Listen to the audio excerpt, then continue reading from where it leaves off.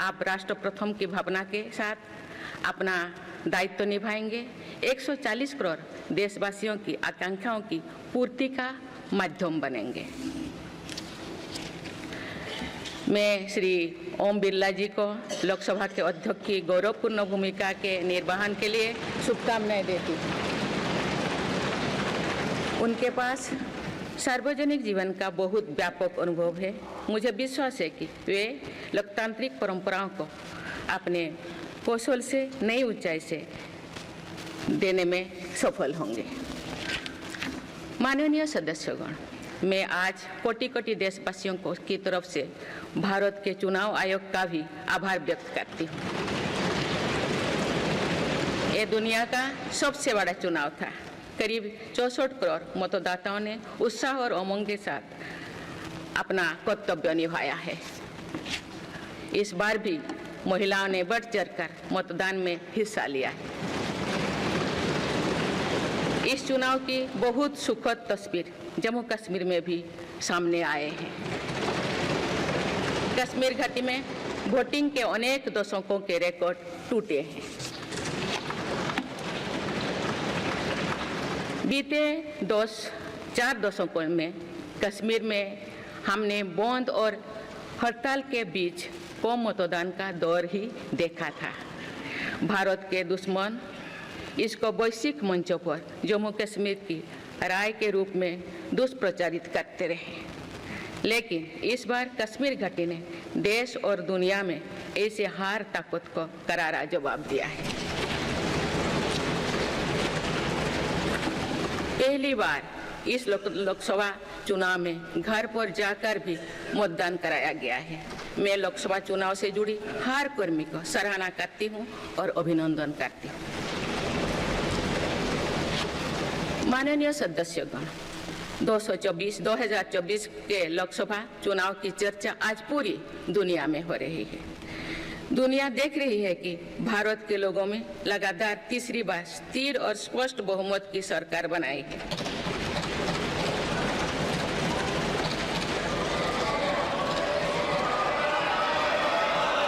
छह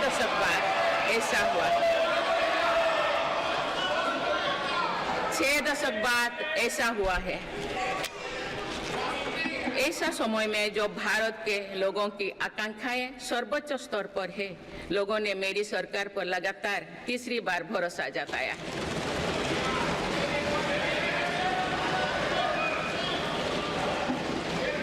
भारत के लोगों को ये पूर्ण विश्वास है कि उनकी आकांक्षाएं सिर्फ मेरी सरकार ही पूरा कर सकती है।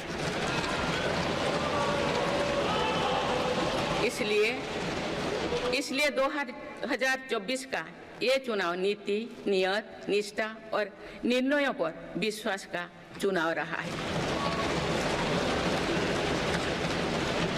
मजबूत और निर्णायक सरकार में विश्वास, सुशासन, स्थिरता और निरंतरता में विश्वास, ईमानदारी और कड़ी मेहनत में विश्वास, सुरक्षा और समृद्धि में विश्वास,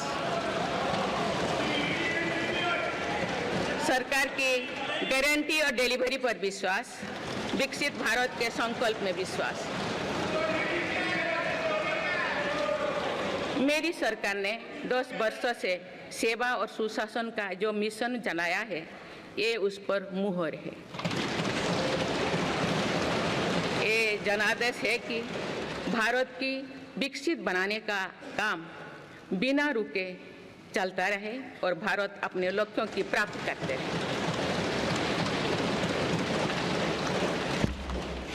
माननीय सदस्यगण, 18वीं लोकसभा कई मायनों में एक ऐतिहासिक लोकसभा है। ये लोकसभा अमृतकाल के शुरुआती वर्षों में गठित हुई है। ये लोकसभा देश के संविधान को अपनाने के 75वें वर्षों की भी साक्षी बनेगी। मुझे विश्वास है कि इस लोकसभा में जन कल्याण के फसलों का नवीन अध्याय लिखा जाएगा। आगामी सत्र में मेरी सरकार अपने इस कार्यकाल का पहला बजट पेश करने जा रही है।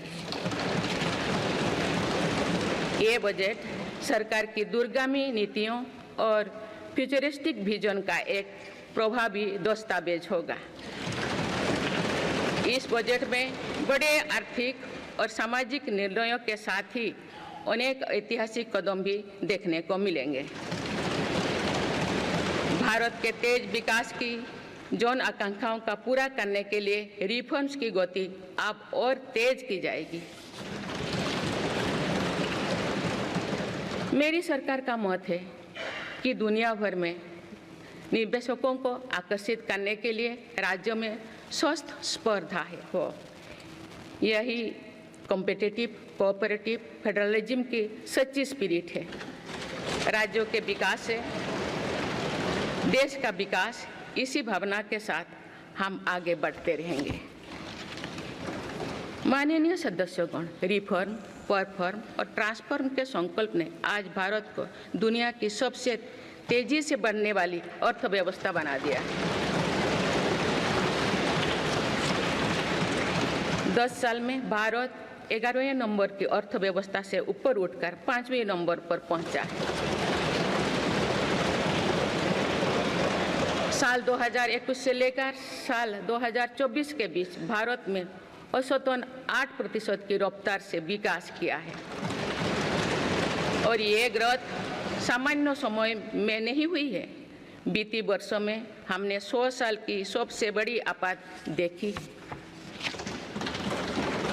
वैश्विक महामारी के कालखंड और विश्व के अलग अलग कोने में चल रही संघर्षों के बावजूद भारत ने ये विकास दर हासिल की है। ये बीते 10 साल के रिफॉर्म्स और राष्ट्रहित में के लिए किए गए फैसला के कारण संभव है। आज भारत अकेले ही दुनिया की ग्रोथ में 15% का योगदान दे रही है। अब मेरी सरकार भारत को विश्व की 3रे नंबर की इकोनॉमी बनाने में जुटी हुई है। इस लक्ष्य की प्राप्ति विकसित भारत की नींव को भी मजबूत करने में काम करेगी। माननीय सदस्यगण, मेरी सरकार अर्थव्यवस्था के 3 स्तंभ मैन्युफैक्चरिंग, सर्विसेज और एग्रीकल्चर को बराबर महत्व दे रही है। PLI स्कीम्स और ईज ऑफ डूइंग बिजनेस से बड़े पैमाने पर निवेश और रोजगार के अवसर बढ़ रही है। पारंपरिक सेक्टर्स के साथ साथ सनराइज सेक्टर्स को भी मिशन मोड पर बढ़ावा दिया जा रहा है। चाहे सेमीकंडक्टर हो या सोलर हो, चाहे इलेक्ट्रिक व्हीकल हो या इलेक्ट्रॉनिक्स गुड्स हो, चाहे ग्रीन हाइड्रोजन हो या बैटरीज हो, चाहे एयरक्राफ्ट कैरियर्स हो या फाइटर जेट्स हो, भारत इन सब सेक्टर्स में अपना विस्तार कर रहा है। लॉजिस्टिक्स कॉस्ट को कम करने के लिए भी मेरी सरकार लगातार प्रयास कर रही है। सरकार सर्विस सेक्टर को भी मजबूत करने में जुटे हैं। आज IT से लेकर टूरिज्म तक, हेल्थ से लेकर वेलनेस तक हर सेक्टर में भारत लीडर बन रहा है और इससे बड़ी संख्या में रोजगार और स्वरोजगार के नए मौके बन रहे हैं। माननीय सदस्यगण, पिछले 10 वर्षों में मेरी सरकार द्वारा ग्रामीण अर्थव्यवस्था के हर पहलू पर बहुत जोर दिया गया है। गांव में कृषि आधारित उद्योगों, डेयरी और फिशरीज आधारित उद्योगों का विस्तार किया जा रहा है। इसमें भी सहकारिता को प्राथमिकता दी गई है। सरकार किसानों उत्पाद संघ, FPO और FACTS जैसे सरकारी संगठनों का एक बड़ा नेटवर्क बना रही है। छोटे किसानों की बड़ी समस्या भंडारण से जुड़े होती है, इसलिए मेरी सरकार ने सहकारिता क्षेत्र में दुनिया की सबसे बड़ी भंडारण योजना पर काम शुरू कर चुकी है। किसान अपने छोटे खर्चे पूरे करने के लिए इसके लिए PM किसान सम्मान निधि के तहत उन्हें 3,20,000 करोड़ रुपये से ज़्यादा राशि दे सकती है। मेरी सरकार के नए कार्यकाल के शुरुआत दिनों से ही किसानों को 20,000 करोड़ रुपया से अधिक की राशि ट्रांसफर की जा चुकी है। सरकार ने खरीफ फसलों के लिए MSP में भी रिकॉर्ड वृद्धि की है। माननीय सदस्यगण, आज का भारत अपनी वर्तमान जरूरतों को ध्यान में रखते हुए अपनी कृषि व्यवस्था में बदलाव कर रहा है। हम ज़्यादा से ज़्यादा आत्मनिर्भर हो और ज़्यादा से ज़्यादा निर्यात से किसानों की आमदनी बढ़े, इस सोच के साथ नीतियाँ बनाई गई है, निर्णय लिए गए हैं। जैसे भारत दलहन और तिलहन में दूसरे देशों पर निर्भरता कम करने के लिए देश के किसानों को हर संभव मदद दे रहे हैं। ग्लोबल मार्केट में किस तरह के फूड प्रोडक्ट की डिमांड ज़्यादा है, इसके आधार पर नई रणनीति बनाई जा रही है। आजकल ऑर्गेनिक उत्पादों को लेकर दुनिया में डिमांड तेजी से बढ़ रही है। भारत के किसानों के पास इस डिमांड को पूरा करने के पूरा भरपूर क्षमता है। इसलिए सरकार प्राकृतिक खेती और इससे जुड़ी उत्पादों की सप्लाई चेन को सशक्त कर रही है। ऐसे प्रयासों से किसानों का खेती पर होने वाला खर्च भी कम होगा और उनकी आय भी और बढ़ेगी। माननीय सदस्यगण, आज का भारत दुनिया की चुनौतियां बढ़ाने के लिए नहीं बल्कि दुनिया को समाधान देने के लिए माना जाता है। विश्व बंधु के तौर पर भारत ने अनेक वैश्विक समस्याओं के समाधान को लेकर पहल की है। जलवायु परिवर्तन से लेकर खाद्य सुरक्षा तक, पोषण से लेकर सस्टेनेबल एग्रीकल्चर तक हम अनेक समाधान दे रही है। हमारे मोटे अनाज श्री अन्न की पहुंच सुपर फूड के तौर पर दुनिया के कोने कोने में हो, इसके लिए भी अभियान चल रहा है।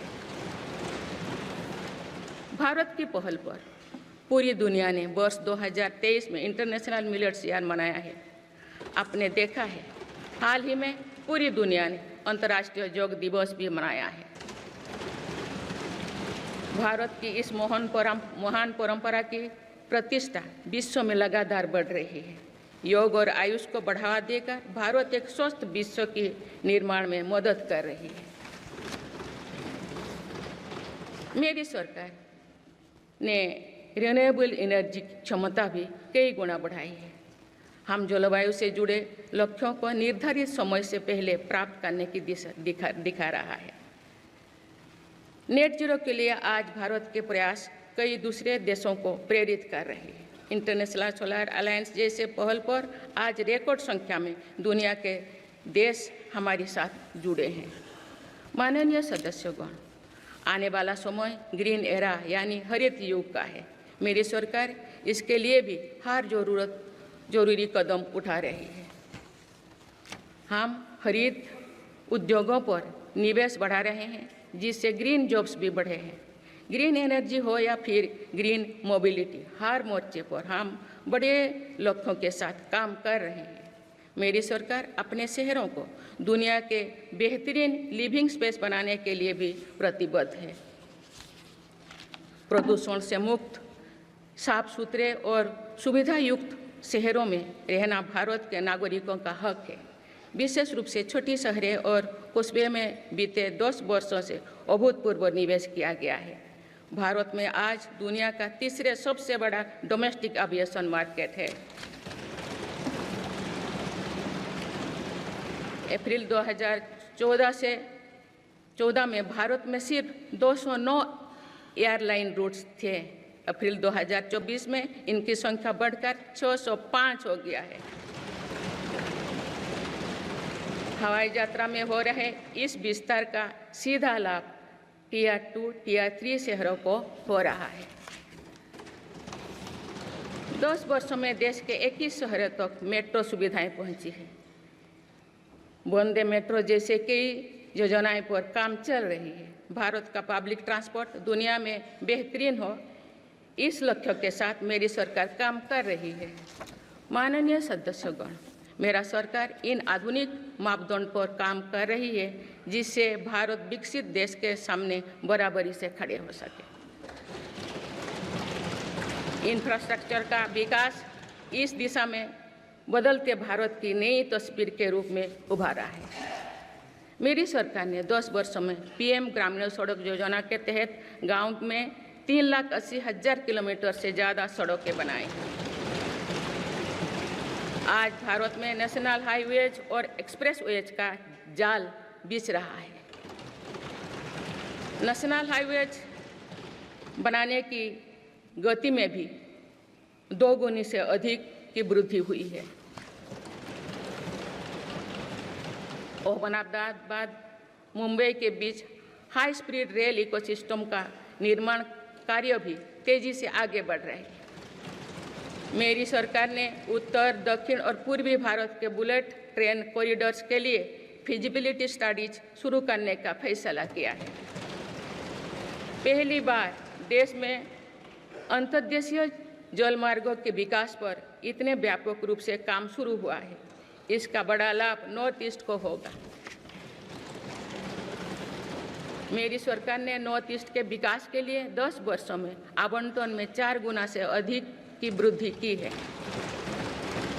सरकार इस क्षेत्र को एक्ट पॉलिसी के तहत स्ट्रेटेजिक गेटवेज बनाने के लिए काम कर रही है। नॉर्थ ईस्ट में हर तरह की कनेक्टिविटी का बढ़ाया जा रहा है। शिक्षा, स्वास्थ्य, पर्यटन, रोजगार, हर क्षेत्र में विकास कार्यों को आगे बढ़ाया जा रहा है। असम में 27,000 करोड़ रुपये की लागत से सेमीकंडक्टर प्लांट बनाया जा रहा है। यानी north east made in India chips को भी सेंटर होने वाला है। मेरी सरकार नॉर्थ ईस्ट में स्थायी शांति के लिए निरंतर काम कर रही है।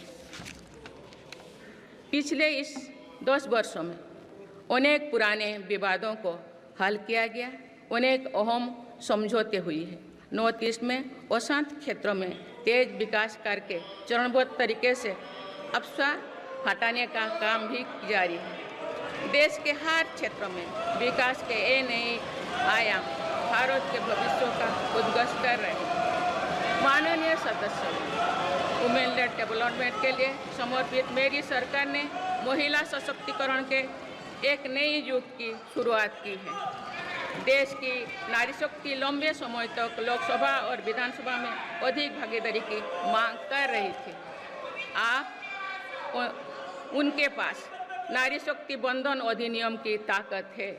सरकार की योजनाओं की वजह से पिछले 1 दशक में महिलाओं का आर्थिक सामर्थ्य बढ़ा है। आप जानते हैं कि बीते 10 वर्षों में बने 4 करोड़ पीएम आवास में से ज़्यादातर महिलाओं के नाम ही आवंटित हुई है।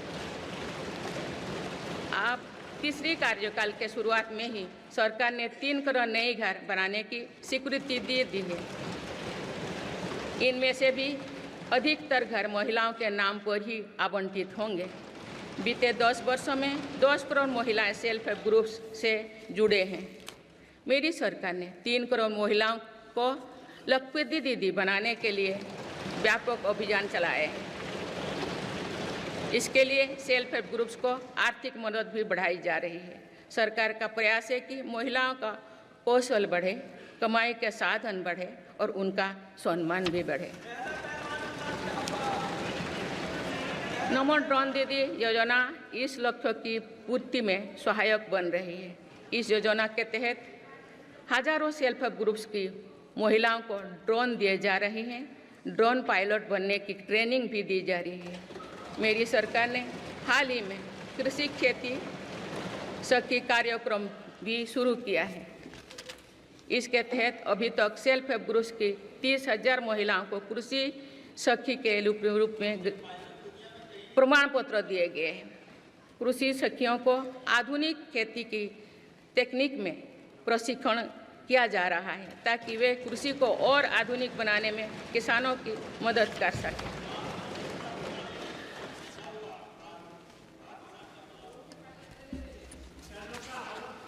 माननीय सदस्यगण,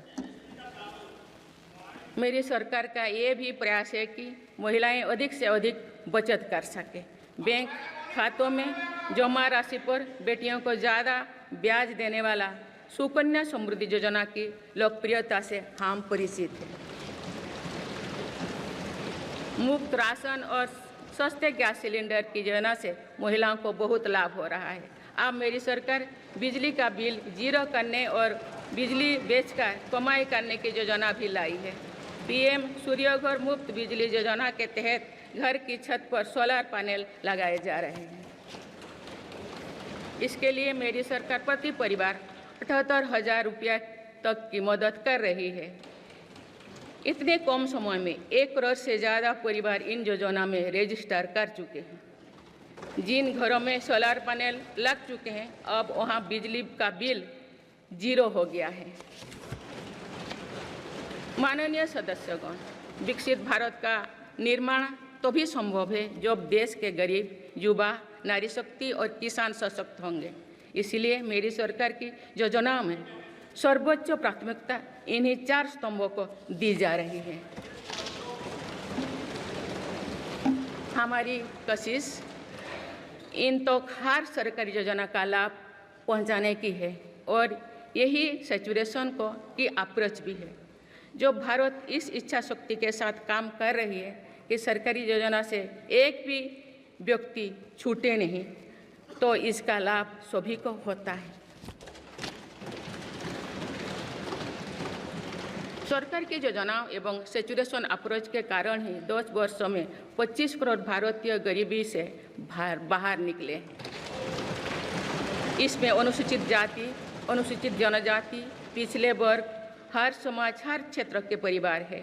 10 वर्षों में लास्ट माइल डिलीवरी पर फोकस ने इन वर्गों का जीवन बदल दिया है। विशेषकर आदिवासी समाज में ये बदलाव और भी स्पष्ट नजर आ रहा है। 24,000 करोड़ रुपया से अधिक की पीएम जनमन जैसी योजना आज अति पिछड़े जनजातीय समूह के उत्थान का माध्यम बन रही है। सरकार पीएम सूरज पटल के माध्यम से वंचित वर्गों तक आजीविका के अवसरों को पहुंचाने के लिए सुलभ ऋण भी उपलब्ध करा रही है। मेरी सरकार दिव्यांग भाइयों और बहनों के लिए किफायती और स्वदेशी सहायक उपकरण विकसित कर रही है। देश भर में प्रधानमंत्री दिव्यांशा केंद्रों का भी विस्तार किया जा रहा है। वंचितों की सेवा का ये संकल्प ही सच्चा सामाजिक न्याय है। माननीय सदस्यगण, देश की श्रम शक्ति के सम्मान के लिए श्रमिक बंधुओं का कल्याण और सशक्तिकरण मेरी सरकार की प्राथमिकता है। मेरी सरकार श्रमिकों के लिए सामाजिक सुरक्षा योजनाओं को एकीकृत कर रही है। डिजिटल इंडिया तथा डाकघरों के नेटवर्क का उपयोग करके दुर्घटना और जीवन बीमा के कवरेज को बढ़ाने का काम हो रहा है। पीएम स्वनिधि का विस्तार किया जाएगा और ग्रामीणों और सेमी अर्बन क्षेत्रों के रेहड़ी पटरी वाले भाइयों बहनों को भी इसके दायरे में लाया जाएगा।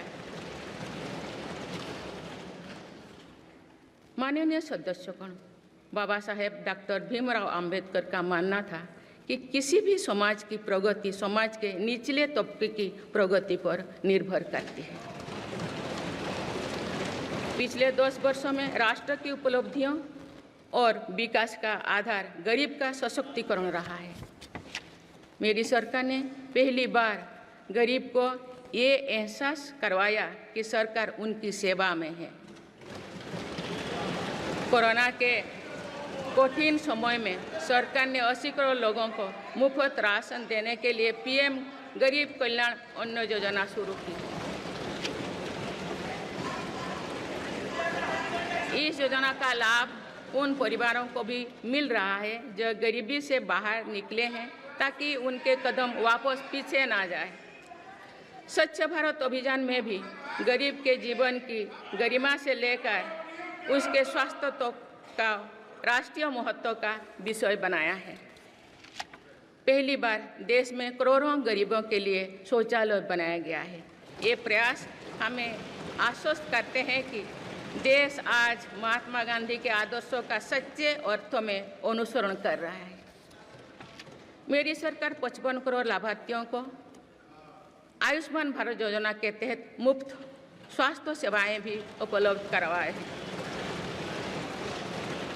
देश में 25,000 जन औषधि केंद्रों को खोलने का काम भी तेजी से चल रहा है। आप इस क्षेत्र में सरकार एक और निर्णय लेने जा रही है। आप आयुष्मान भारत योजना के तहत मुफ्त इलाज का लाभ 70 वर्षों से अधिक उम्र के सभी बुजुर्गों को भी मिलेगा। माननीय सदस्यगण, अक्सर विरोधपूर्वक मानसिकता और संकीर्ण स्वार्थों के कारण लोकतंत्र की मूल भावना का बहुत अहित हुआ है। इसका प्रभाव संसदीय प्रणाली पर भी पड़ता है और देश की विकास यात्रा पर भी पड़ता है। देश में कई दशकों तक अस्थिर सरकार के दौर में कई सरकारें चाहते हुए भी ना रिफॉर्म कर पाए और ना ही आवश्यक निर्णय ले पाए। भारत की जनता ने निर्णायक बनकर इस स्थिति को बदला है।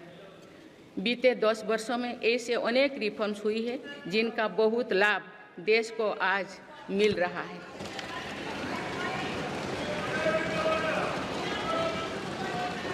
जब ये रिफॉर्म्स किए जा रहे थे तो भी इनका विरोध किया गया था।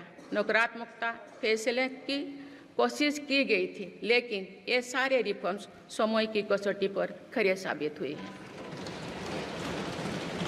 2 साल पहले भारत के बैंकिंग सेक्टर को डूबने से बचाने के लिए सरकार ने बैंकिंग रिफॉर्म्स किए, IBC जैसी कानून बनाए। आज इन्हीं रिफॉर्म्स ने भारत के बैंकिंग सेक्टर को दुनिया के सबसे मजबूत बैंकिंग सेक्टर में से एक बना लिया। हमारे सार्वजनिक क्षेत्रों के बैंक आज मजबूत और लाभदायक है। सार्वजनिक क्षेत्रों के बैंकों के लाभ 2023-24 में 1.4 लाख करोड़ रुपये को पार कर गया, जो पिछले वर्षों की तुलना में 35% अधिक है। हमारे बैंकों की मजबूती उन्हें ऋण आधार का विस्तार करने और राष्ट्र के आर्थिक विकास में योगदान करने के लिए सक्षम बनाती है। सरकारी बैंकों का NPA भी लगातार कम हो रही है। आज SBI रिकॉर्ड मुनाफे पर है। आज LIC पहले से कहीं अधिक मजबूत है। आज HAL भी देश की डिफेंस इंडस्ट्री को ताकत दे रही है। आज GST भारत की इकोनॉमी को फॉर्मलाइज करने का, व्यापार कारोबार को आसान बनाने का माध्यम बना रहे हैं। अप्रैल महीने में पहली बार GST कलेक्शन ने 2 लाख करोड़ रुपये का स्तर पार कर गया है।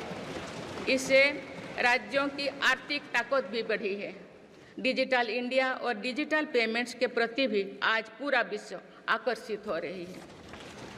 माननीय सदस्यगण, एक सशक्त भारत के लिए हमारे सैन्य बलों में आधुनिकता जरूरी है। युद्ध की स्थिति में हम सर्वश्रेष्ठ रहें, इसके लिए सेनाओं में रिफॉर्म्स की प्रक्रिया निरंतर जारी रहनी चाहिए। इसी सोच के साथ मेरी सरकार ने बीते 10 वर्षों में डिफेंस सेक्टर बनाने के कई महत्वपूर्ण कदम उठाए हैं। ऑर्डिनेंस फैक्ट्रीज के रिफॉर्म से डिफेंस सेक्टर को बहुत लाभ हुआ है। 40 से अधिक ऑर्डिनेंस फैक्ट्रीज को 7 निगमों में संगठित करने से उनकी क्षमता और दक्षता दोनों बढ़ी है।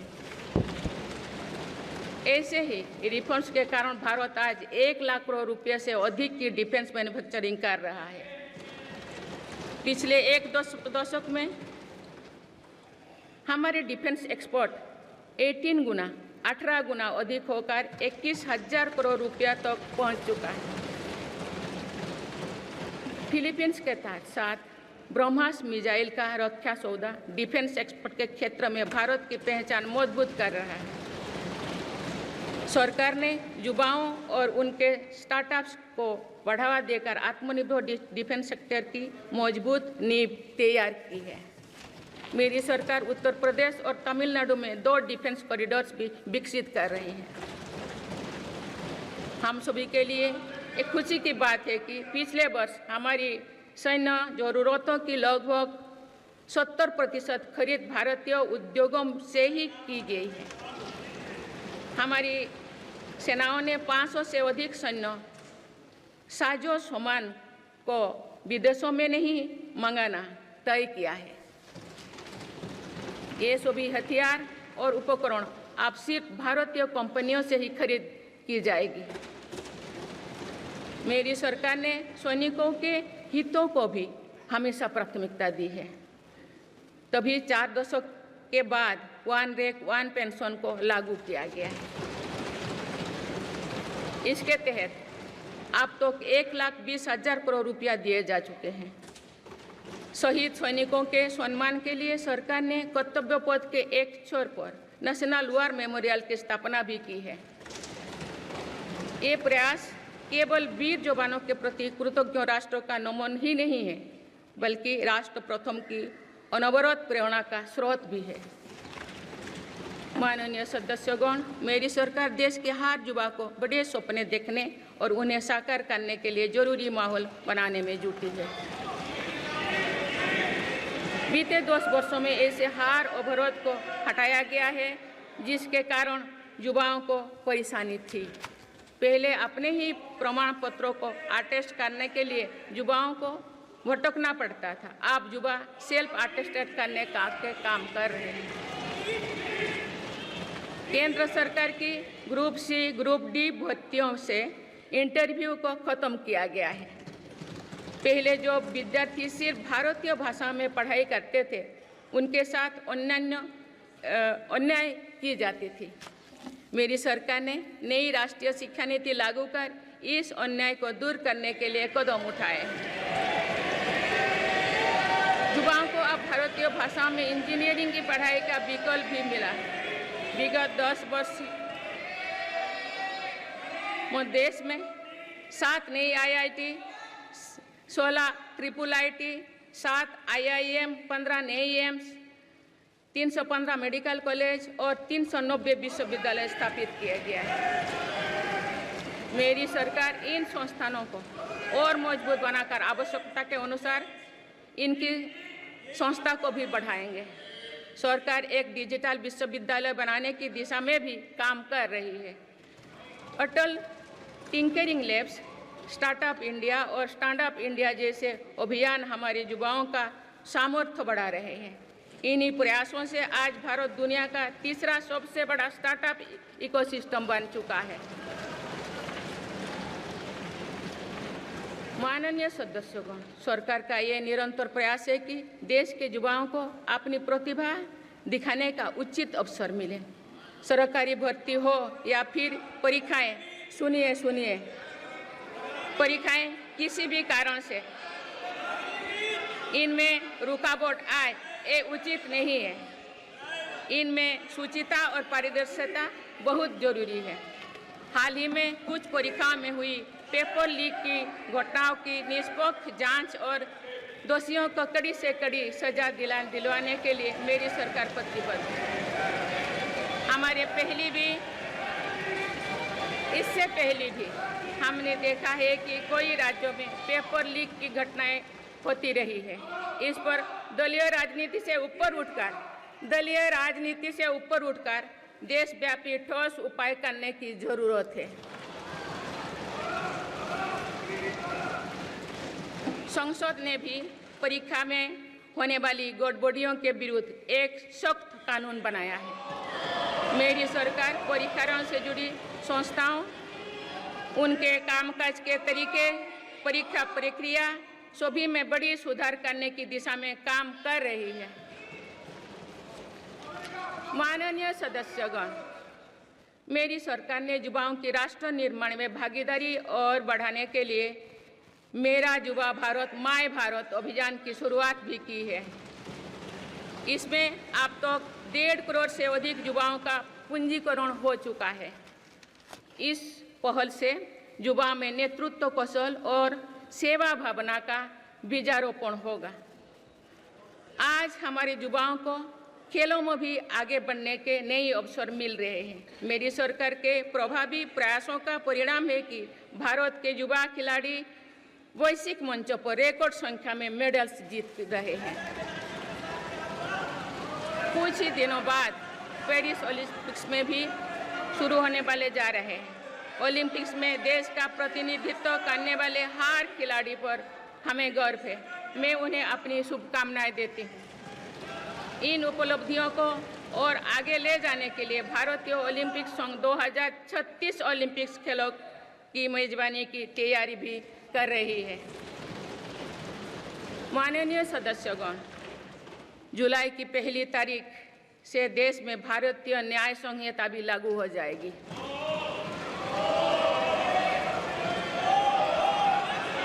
अंग्रेजी राज में गुलामों को दौड़ देने की मानसिकता थी। दुर्भाग्य से आज़ादी के अनेक दशकों तक गुलामी के दौर की यही दंड व्यवस्था चलती रही। इसे बदलने की चर्चा अनेक दशकों से की जा रही थी, लेकिन ये साहस भी मेरी सरकार ने ही करके दिखाए हैं। अब दंड के जगह न्याय को प्राथमिकता होगी, जो हमारे संविधान की भी भावना है। इन नई कानूनों से न्याय प्रक्रिया में तेजी आएगी। आज जो विदेश अलग अलग क्षेत्रों में गुलामी की मानसिकता से मुक्त पा रहे हैं, तो ये उस दिशा में बहुत बड़ा कदम है और ये हमारे स्वतंत्रता सेनानियों की सच्ची श्रद्धांजलि भी है। मेरा सरकार ने सीएए कानून के तहत शरणार्थियों को नागरिकता देना शुरू कर दिया है। इससे बंटवारे से पीड़ित अनेक परिवारों के लिए सम्मान का जीवन जीना तय हुआ है। जिन परिवारों को सीएए के तहत नागरिकता मिली है, मैं उनके बेहतर भविष्य की कामना करती हूँ।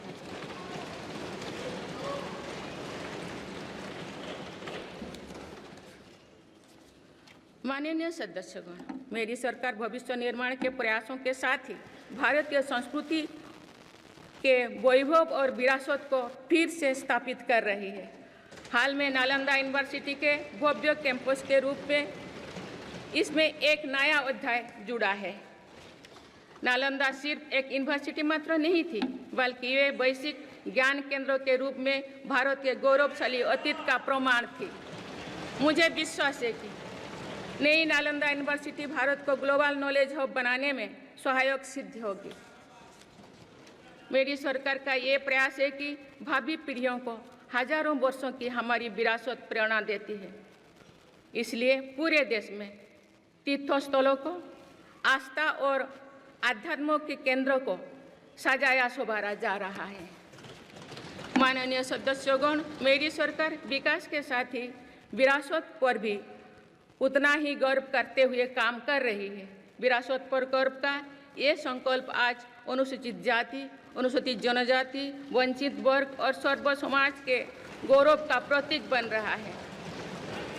मेरी सरकार ने भगवान बिरसा मुंडा के जन्म दिवस को जनजातीय गौरव दिवस के रूप में मनाने की शुरुआत की है। अब अगले वर्ष भगवान बिरसा मुंडा की 150वीं जयंती के पूरे देश में धूमधाम से मनाया जाएगा। देश रानी दुर्गावती की 500वीं जयंती को भी व्यापक स्तर पर मना रहा है। पिछले महीने ही देश ने रानी अहिल्याबाई होलकर की 300वीं जयंती का साल भर चलने वाला महोत्सव भी शुरू किया गया है। इससे पहले सरकार गुरु नानक देव जी का 550वां और गुरु गोविंद सिंह जी का 350वां प्रकाश पर्व भी धूमधाम से मना चुके हैं। एक भारत श्रेष्ठ भारत के भाव से काशी तमिल संगमम, सौराष्ट्र तमिल संगमम जैसे उत्सवों की परिपाटी भी मेरी ही सरकार ने शुरू की है। इन आयोजनों से हमारी नई पीढ़ियों को राष्ट्र निर्माण की प्रेरणा मिलती है और राष्ट्र पर गौरव का भाव और मजबूत होता है। माननीय सदस्यगण, हमारी सफलताएं हमारी साझी धरोहर है, इसीलिए उन्हें अपनाने में संकोच नहीं, स्वाभिमान होना चाहिए। आज अनेक सेक्टर्स में भारत बहुत अच्छा प्रदर्शन कर रहा है। ये उपलब्धियां हमें हमारी प्रगति और सफलताओं पर गर्व करने की अपार अवसर देती है। जो भारत डिजिटल पेमेंट्स के मामले में दुनिया में अच्छा प्रदर्शन करता है, तो हमें गर्व होना चाहिए। जो भारत के वैज्ञानिक चंद्रयान को चंद्रमा के दक्षिणी ध्रुव पर सफलता से उतारते हैं, तो हमें गर्व होना चाहिए। जो भारत दुनिया की सबसे तेज बढ़ती इकोनॉमी बनता है, तो हमें गर्व होना चाहिए। जो भारत इतना बड़ा चुनाव अभियान बिना बड़ी हिंसा और अराजकता से पूरा कराए, तो भी हमें गर्व होना चाहिए।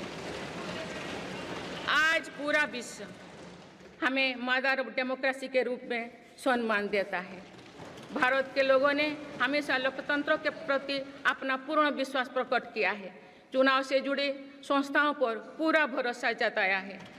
स्वस्थ लोकतंत्र को बनाए रखने के लिए हमें इस विश्वास को सुसह्य कर रखना है, इसकी रक्षा भी करना है।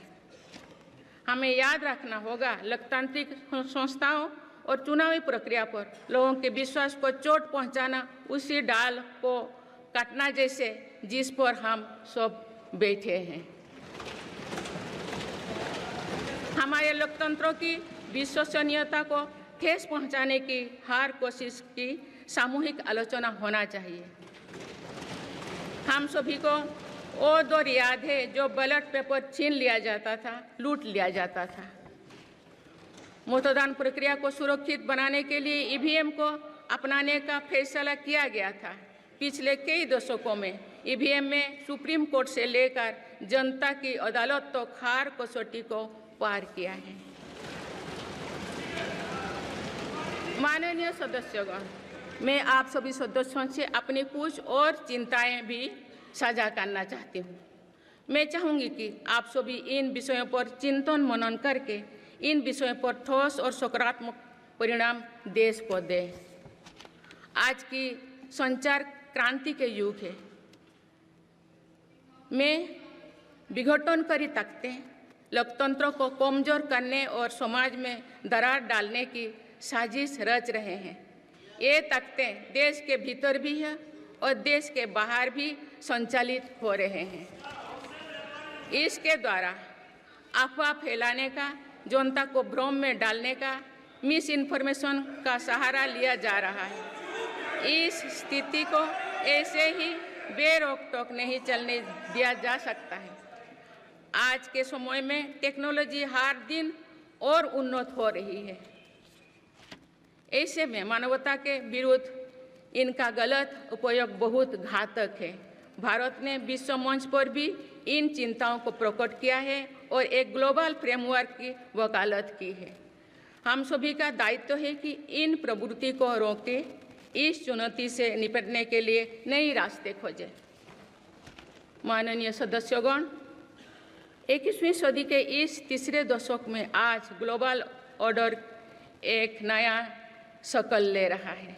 मेरी सरकार के प्रयासों से आज भारत विश्व बंधु के रूप में दुनिया को नया भरोसा दे रही है।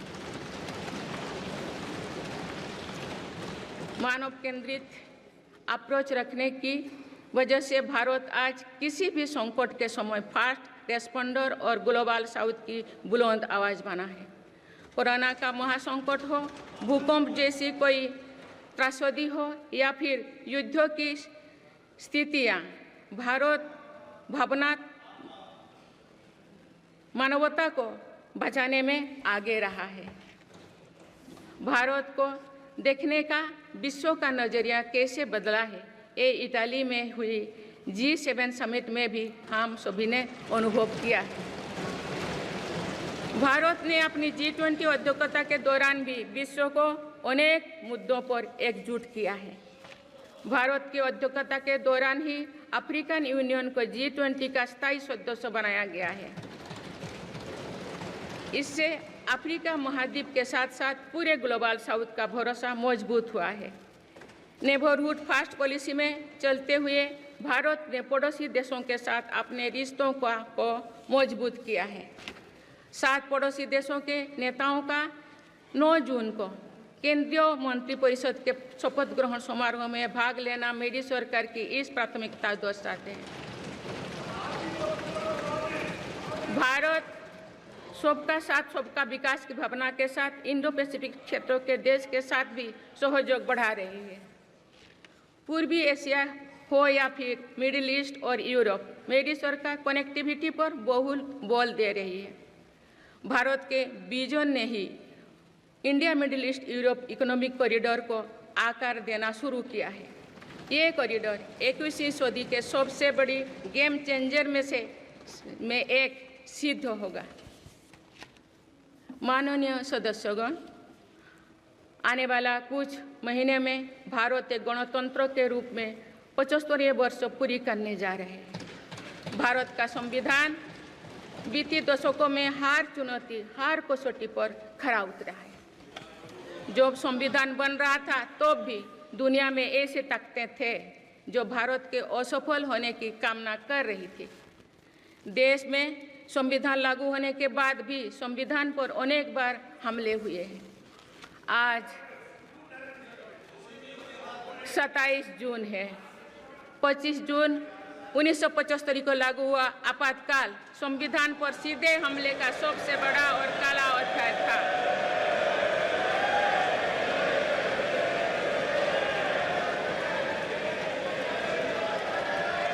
तो पूरे देश में हाहाकार मच गया था, लेकिन ऐसी असंवैधानिक ताकतों पर देश ने विजय प्राप्त करके दिखाया, क्योंकि भारत के मूल में गणतंत्र की परंपराएं रही है। मेरी सरकार भी भारत के संविधान को सिर्फ राजकाज का माध्यम भर नहीं मानती, बल्कि हमारा संविधान जन चेतना का हिस्सा हो, इसके लिए हम प्रयास कर रहे हैं। इसी ध्येय के साथ मेरी सरकार ने 26 नवंबर को संविधान दिवस के रूप में मानना शुरू किया है। अब भारत के उस भूभाग हमारे जम्मू कश्मीर में भी संविधान पूरी तरह लागू हो गया है, जहां आर्टिकल 370 की वजह से स्थितियां कुछ और थी। माननीय सदस्यगण, राष्ट्र की उपलब्धियों के निर्धारण इस बात से होता है कि हम अपने दायित्वों का निर्वहन कितनी निष्ठा से कर रहे हैं। 18 लोकसभा में कई नए सदस्य पहली बार संसदीय प्रणाली का हिस्सा बने हैं। पुराने सदस्य भी नए उत्साह के साथ आए हैं। आप सभी जानते हैं कि आज का समय हर प्रकार से भारत के लिए बहुत अनुकूल है। आने वाले वर्षों में भारत की सरकार और संसद का क्या निर्णय लेती है, क्या नीतियां बनाती है, इस पर पूरा विश्व की नज़र है। इस अनुकूल समय का अधिक से अधिक लाभ देश को मिले, ये दायित्व सरकार के साथ साथ संसद के हर सदस्य का भी होना चाहिए। पिछले 10 वर्षों में जो रिफॉर्म्स हुई है, जो नया आत्मविश्वास देश में आया है, इससे हम विकसित भारत बनाने के लिए नई गति प्राप्त कर चुके हैं। हम सभी को ये हमेशा ध्यान रखना है कि विकसित भारत का निर्माण देश के हर नागरिक की आकांक्षा है, संकल्प भी है। इस संकल्प की सिद्धि में अवरोध पैदा ना हो, ये हम सभी का दायित्व है भी, कर्तव्य भी है। नीतियों का विरोध और संसदीय कामकाज का विरोध दो भिन्न बातें हैं। जब संसद सुचारू रूप से चलती है, जब यहाँ स्वस्थ चर्चा परिचर्चा होती है, जब दूरगामी निर्णय होते हैं, तब लोगों का विश्वास सिर्फ सरकार ही नहीं, पूरी व्यवस्था पर बनता है। इसीलिए मुझे भरोसा है कि संसद के पल पल का सदुपयोग होगा, जनहित को प्राथमिकता मिलेगा। माननीय सदस्यगण, हमारे वेदों में हमारे ऋषियों ने हमें कुछ नीति वाणी दिए हैं, जैसे कि समान मंत्र हो समिति ही समानी की प्रेरणा दी है, अर्थात हम एक समान विचार और लक्ष्य लेकर एक साथ काम करें। यही इस संसद की मूल भावना है। इसलिए जब भारत तीसरी नंबर की इकोनॉमी बनेगा, तो देश की इस सफलता में आपकी भी सहभागिता होगी। हम जब 2027 में आज़ादी की शताब्दी का उत्सव विकसित भारत के रूप में मनाएंगे, तो इस पीढ़ी को भी श्रेय मिलेगा। आज हमारे युवाओं में जो सामर्थ्य है, आज हमारे संकल्प में जो निष्ठा है, हमारी जो असंभव सी लगने वाली उपलब्धियां हैं, ये इस बात का प्रमाण है कि आने वाला दौर भारत का दौर है। ये सदी भारत की सदी है और इसका प्रभाव आने वाली 1000 वर्षों तक रहेगा। आइए हम सब मिलकर पूर्ण कर्तव्यनिष्ठा के साथ राष्ट्रीय संकल्पों की सिद्धि में जुट जाएं, विकसित भारत बनाएं।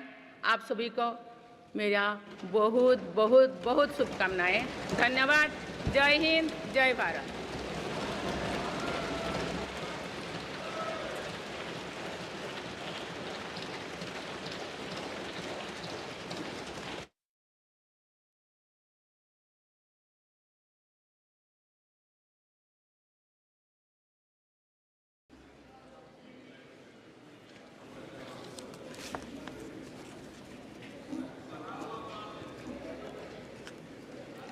Honorable President, honorable members, I seek to read some parts from the English version of Honorable President's address, and the rest may be considered as read. Honorable members, I extend my heartiest congratulations and best wishes to all the newly elected members of the 18th Lok Sabha. I wish Sri Om Birla ji the very best for performing his exalted role as the Speaker of the Lok Sabha. Honorable members, I also express my gratitude to the Election Commission of India on behalf of crores of Indians today. This was the largest election in the world. The Kashmir Valley has broken all records of voter turnout in decades. Honorable members, the world is witnessing that the people of India have elected a stable government with clear majority consecutively for third term. Honorable members, this Lok Sabha will also witness to the 75th year of adoption of the Constitution of India.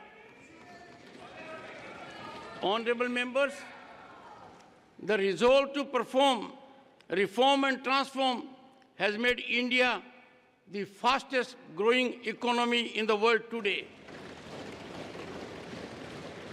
In 10 years, India has risen to become the 5th largest economy from being an 11th ranked economy. Honorable members, in the last 10 years, my government has given great emphasis on every aspect of rural economy. To enable farmers to meet their small expenses, more than rupees 3,20,000 crore have been disbursed to them under PM Kisan Samman Nidhi. Honorable members, the future belongs to Harit Yug or Green Era.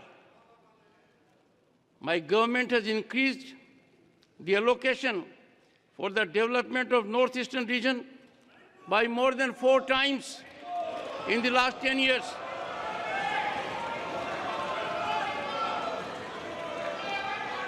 The government is working to make this region a strategic gateway under its Act East policy. Honorable members, my government, which is committed to women-led development, has started a new era of women empowerment. Today, they stand empowered by the enactment of Nari Shakti Vandan Adhiniyam. Honorable members, Baba Sahib Dr. Bhimrao Ambedkar said, I quote, "Progress of any society depends on the progress of the poorest sections of the society," unquote. Empowerment of the poor has been at the foundation of the achievements and progress of the nation in last 10 years. Honorable members, often due to adversarial mindset and narrow selfishness, the basic spirit of democracy has been greatly undermined. It affects the parliamentary system as well as development journey of the nation. The people of India have now changed this situation by their decisive mandate. Honorable members, modernization of our armed forces is essential for a strong India.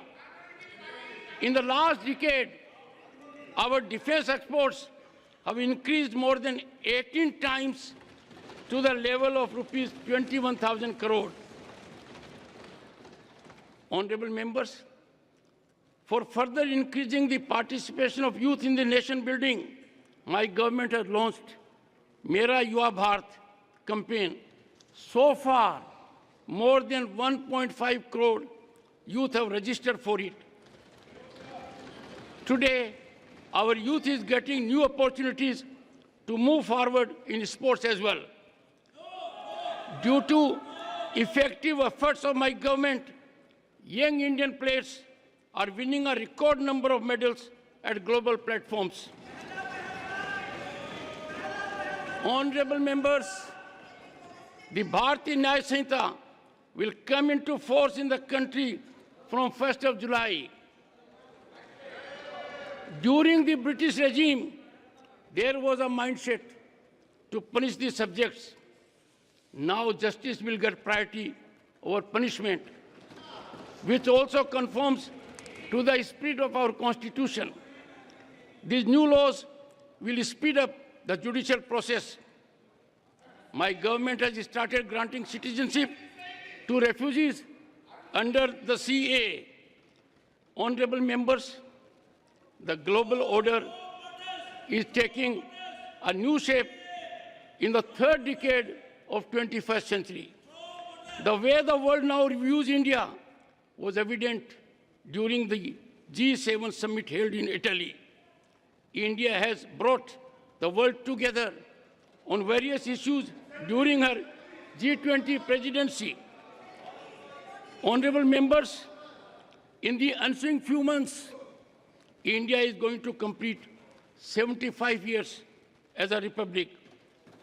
The Constitution of India has stood up to every challenge and every test in the past decades.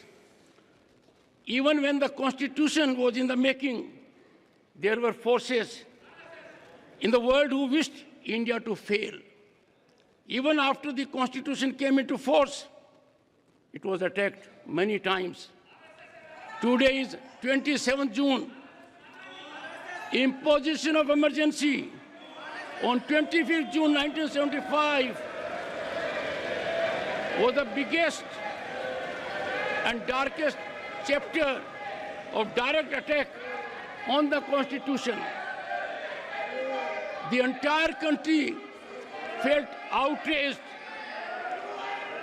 but the country emerged victorious over such unconstitutional forces, as the traditions of the Republic lie at the core of India.